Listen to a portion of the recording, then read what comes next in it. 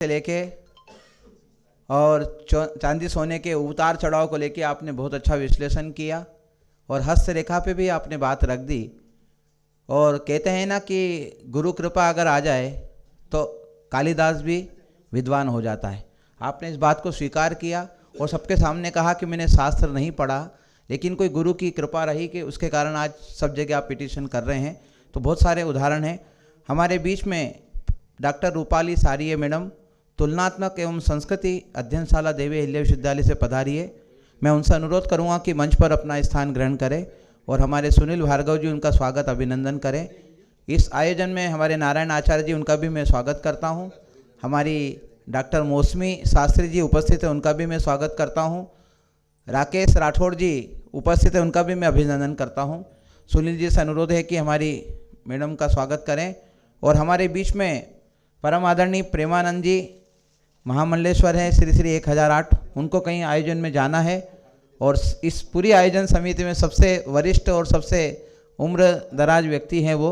तो मैं सादर आमंत्रित करता हूं कि पहले हम उनको सुन लें, उसके बाद में हमारे महामंडलेश्वर भगवती दास जी महाराज बंटी गुरु को हम सुनेंगे मंच पे। तो परम आदरणीय प्रेमानंद जी पधारें और सुनील भार्गव जी हमारी मैडम जो पधारी डॉक्टर रूपाली सारिये का स्वागत करें। जोरदार तालियों से आप सभी स्वागत करते रहे, अभिनंदन करते रहे। ये आप सबका आयोजन है। सादर आमंत्रित है प्रेमानंद जी, श्री श्री 1008। हमारे ठाकुर साहब भी उपस्थित है, उनका भी मैं स्वागत करता हूं अग्निबाण से।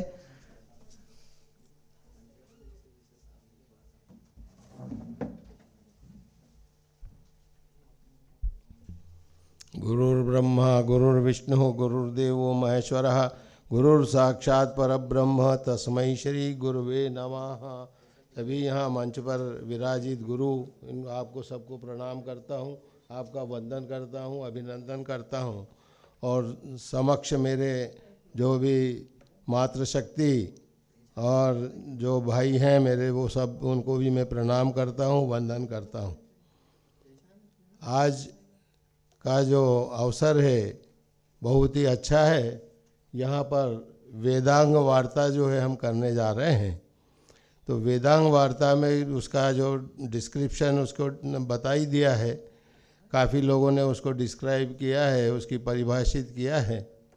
तो उस पॉइंट को टच न करते हुए, बेसिकली मैं ज्योतिषी ज़रूर रहा हूँ पर आधा ज्योतिष मानता हूँ, अपने आप को आज भी स्टूडेंट मानता हूँ। नाम अच्छा है, सब कुछ है, पर आज भी मैं नहीं समझता कि अभी मुझे बहुत ज़्यादा ज्ञान है। अभी समुद्र के ऊपर ही तैर रहे हैं, अभी नीचे नहीं उतर पाए। मेरा जो मुख्य ध्येय रहा है जीवन का, माँ बगलामुखी जी का साधक हूँ और वर्ष मैं समझता हूँ कि 42 वर्षों से मैं माता जी की साधना कर रहा हूँ। और साधना क्या है, क्योंकि वो उपासना कहा जाए तो ज़्यादा अच्छा है। साधक तो कोई हो भी नहीं सकता है। माँ को साधना बड़ा मुश्किल है। उनका यदि 0.001% भी यदि हमारे शरीर में आ गया तो मैं समझता हूँ कि वो मेरा शरीर पूरे हजारों टुकड़ों में चला जाएगा। तो इसलिए माँ की जो है उपासना जो है, वो उपासक होना वो ठीक है। और 42 वर्षों से उनका आशीर्वाद है। ए से मैंने अपने जीवन को स्टार्ट किया था और आज जो है मैं करीब करीब XYZ के आसपास आ चुका हूँ। बगलामुखी जी का साधक होने के साथ साथ मैं बैंक ऑफ बड़ौदा में उच्चाधिकारी भी रहा हूँ और 2001 में रिटायर हो चुका हूँ। यहाँ पर मेरा सबसे निवेदन एक ही रहेगा इसके अंदर कि जो भी ज्योतिष करना चाहते हैं आप, उसमें बहुत अच्छा ज्ञान है, पर इसमें आपको अपना इष्ट बल सबसे पहले पैदा करना चाहिए। यदि आपका इष्ट बल यदि पावरफुल है तो आपके जो है वाचा जो आपकी है उसके अंदर ऑटोमेटिकली सरस्वती विराजमान हो जाती है। तो यहाँ पर मैंने हमेशा सभी को यही कहा है कि आप ज्योतिष करना है, जो भी करना है, पर उसके पहले आप जो है अपने इष्ट को बलवान कीजिए। इष्ट में आपके हनुमान जी भी हो सकते हैं, गणेश जी भी हो सकते हैं, दुर्गा जी हो सकती हैं, सरस्वती जी हो सकती हैं। मैं तो बड़ा भाग्यशाली हूँ कि मुझे 3 देवियों की उपासना का अवसर मिला हुआ है। माँ बगलामुखी जी जो है, इनका जो स्वरूप है, इनमें 3 देवियाँ हैं। माता महाकाली हैं, माता महालक्ष्मी है और माता सरस्वती हैं। जब इन तीनों देवियों का यदि हमें आशीर्वाद प्राप्त हो जावे तो मैं समझता हूँ कि उसके बाद तो कोई किसी भी आशीर्वाद या किसी भी शक्ति की हमें आवश्यकता नहीं होती। तो यहाँ पर मेरा सभी से निवेदन है कि माँ बगलामुखी जी की भी यदि आप साथ में साधना करते हैं तो बड़ा अच्छा है। इनका जो मंत्र है ओम ह्लीं बगलामुखी सर्वदुष्टानाम वाचम मुखम पदम स्तंभय जिह्वाम किलय बुद्धिम विनाशय ह्लीं ओम स्वाहा। यहाँ पर माँ जो है हमें शत्रुओं से विजय दिलाती है। अब यहाँ पर एक ही बात होती है कि शत्रु पर विजय करना या शत्रु का हमें संहार नहीं करना है। हमारा जो शत्रु है उसका शत्रुता जो है हमारी वो समाप्त हो, ये माँ से हमें प्रार्थना करना चाहिए।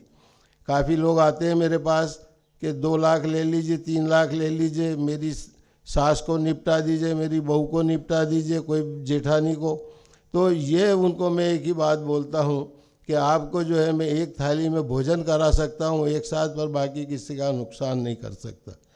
तो इस तरह से जो भी हमारे को माँ जो प्रभु जो हमें शक्ति प्रदान करता है तो उस शक्ति का दुरुपयोग न हो, ये हमें हमेशा देखना चाहिए।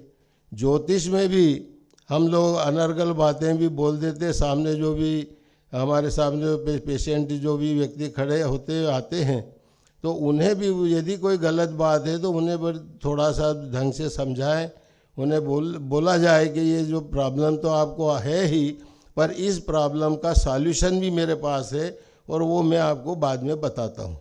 तो नहीं तो क्या होता है कि सब उद्वेलित हो जाते हैं। अच्छा, मेरा तो एक बात ये रही है साहब कि मैंने तो 42 वर्षों में आज तक 1 रुपया भी किसी से नहीं लिया, सारा निःशुल्क रहा है मेरा।